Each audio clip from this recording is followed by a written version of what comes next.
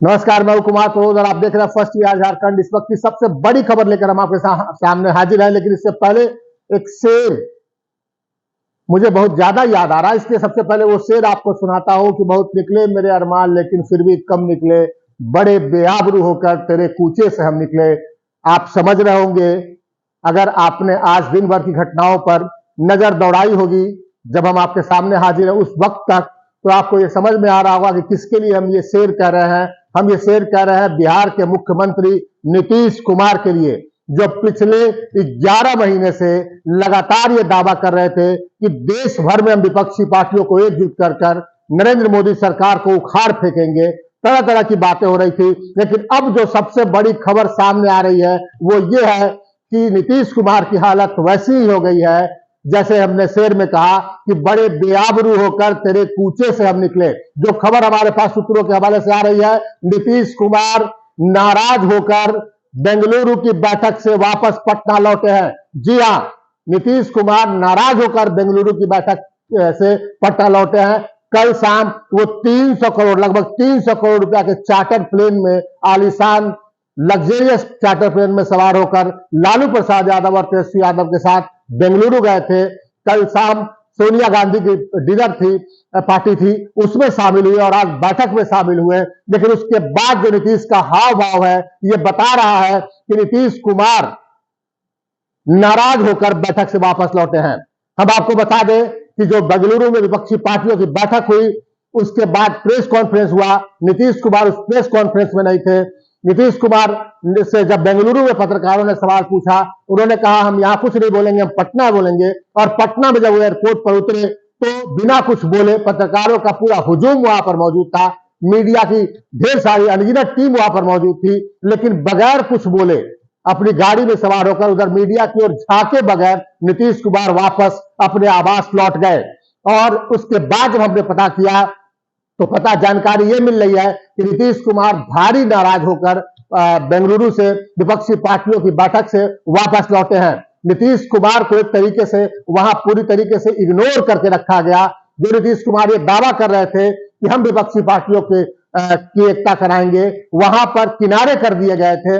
सारी कमान कांग्रेस ने संभाल ली थी। और जो चर्चा है, जो सूत्रों के हवाले से हमें खबर मिल रही है वो ये कि कांग्रेस ने विपक्षी जो एकता का जो हुई है उसका गठबंधन का जो नया नाम रखा इंडिया, उसमें नीतीश कुमार की कोई सलाह नहीं मानी गई। बैठक के बीच में जब कांग्रेस ने प्रस्ताव रखा कि हम अपने गठबंधन का नाम इंडिया रखेंगे तो नीतीश कुमार ने आपत्ति भी जताई। जो सूत्रों के हवाले से खबर हमारे पास आ रही है कि नहीं, इंडिया नाम नहीं रखा जाना चाहिए, इसका नाम कुछ और होना चाहिए, ये इंडिया एनडीए से मिलता जुलता नाम है। लेकिन कांग्रेस के राहुल गांधी या फिर मल्लिकार्जुन खड़गे उनकी बात मानने को राजी नहीं हुए। और वहां पर जो दूसरे नेता मौजूद थे, वो ममता बनर्जी हो, शरद पवार हो, वो उद्धव ठाकरे हो, हेमंत सोरेन हो, ऐसे तमाम नेता जो मौजूद थे, किसी ने भी नीतीश कुमार का समर्थन नहीं किया। यहां तक कि उनके साथ गए बिहार से तेजस्वी यादव और लालू प्रसाद यादव ने भी नीतीश कुमार के पक्ष से बात नहीं की। बाद में राहुल गांधी ने कहा कि इंडिया नाम ही ठीक होगा और नीतीश कुमार को मन में सोच के बैठ जाना पड़ा, वहां पर अपनी बात को बंद करना पड़ा, खत्म करना पड़ा। तो एक मसला ये। दूसरी बात ये कि नीतीश कुमार बड़ा अरमान लेकर गए थे कि उनको वो जो विपक्षी एकता की बात होगी वो पूरे देश के नेता बनेंगे।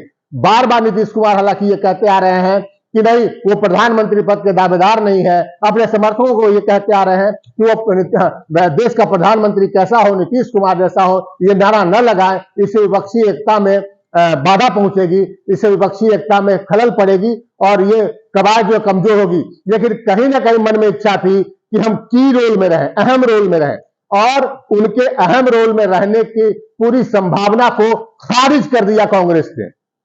सारी कमान कांग्रेस ने अपने हाथ में संभाल ली विपक्षी एकता की, और नीतीश कुमार के तमाम जो उनकी जो इच्छा थी, उनकी जो महत्वाकांक्षा थी, उसको खारिज कर दिया, उसको किनारे लगा दिया। आप सुन रहे होंगे बार बार नीतीश समर्थित जो मीडिया हाउसेज हैं वहां पर आप खबर सुन रहे होंगे पिछली बैठक से ही या उसके पहले से ही, जब से विपक्षी एकता की ये कवायद शुरू हुई थी कि नीतीश कुमार को इस गठबंधन का या फिर इस मुहिम का संयोजक बनाया जाएगा। लेकिन संयोजक बनाने की बात छोड़िए, उस पर कोई चर्चा तक नहीं हुई।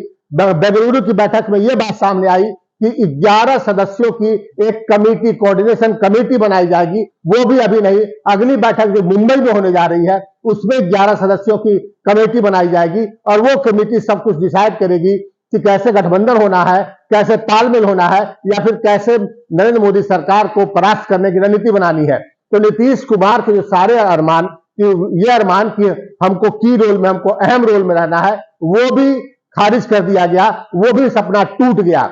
और ऐसी कई बातें हुई वहां पर बैठक में। सूत्र हमको बता रहे हैं कि नीतीश कुमार को कोई खास तवज्जो नहीं दिया गया। वहां पर ज्यादा फोकस कांग्रेस के अलावा ममता बनर्जी पर था, शरद पवार पर था।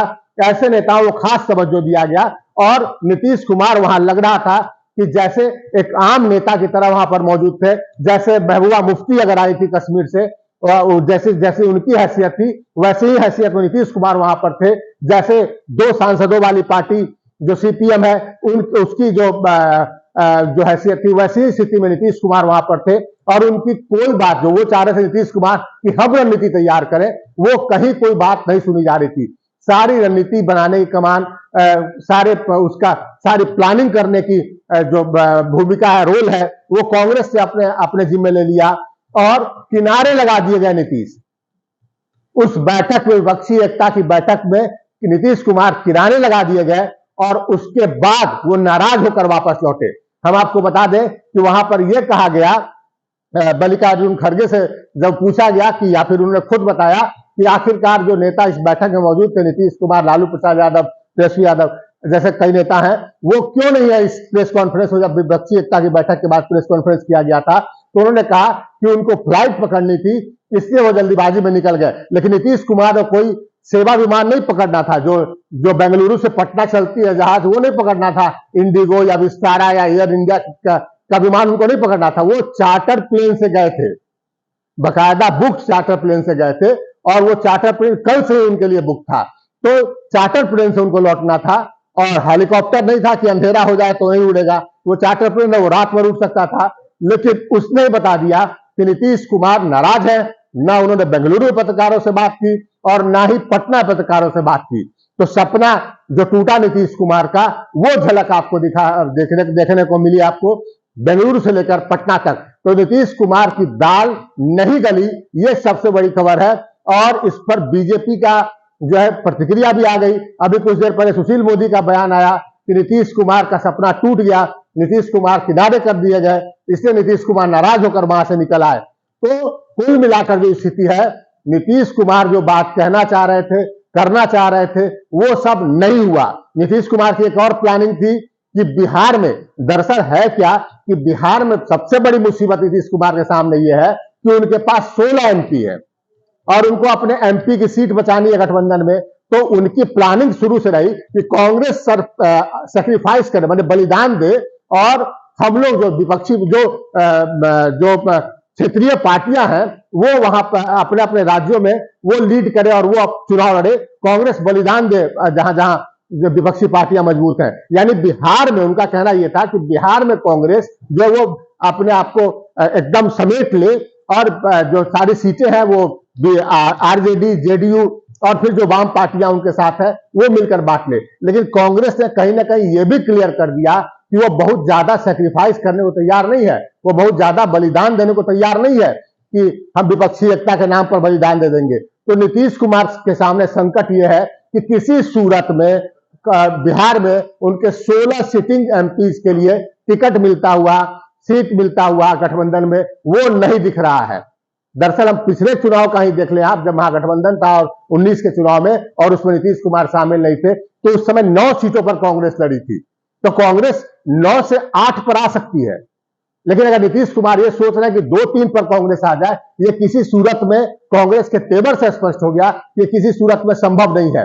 तो बिहार में गठबंधन कैसे बनेगा? अगर 16 सीट नीतीश कुमार के पास है तो 16 सीट कम से कम नीतीश कुमार लड़ेंगे, बाकी बचता है 24 सीट। 24 में से एक कांग्रेस का सिटिंग है। तो खैर कांग्रेस 9 सीट जो है, अगर वो 8 पर आ जाती है तो 16-8 24 हो जाता है और बाकी 16 सीट बचता है। क्या उसी में आरजेडी जो सबसे बड़ी पार्टी है, फिर ये जो माले है, भाकपा माले है, जिसका स्ट्राइक रेट कांग्रेस से कई गुना ज्यादा बेहतर विधानसभा चुनाव में रहा, जिसके 12 विधायक है, वो कितने सीट पर चुनाव लड़ेगी। सीपीआई का दावा है वो हर हालत में बेगूसराय सीट पर चुनाव लड़ने जा रही है।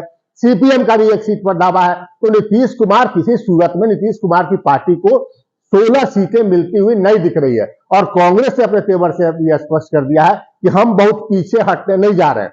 और नीतीश कुमार को यह सब बातें अब समझ में आने लगी है कि उनकी पार्टी की दुर्दशा होने जा रही है अगले लोकसभा चुनाव में। लिहाजा नीतीश कुमार की वही नाराजगी, वही बेचैनी आज भी झलकी।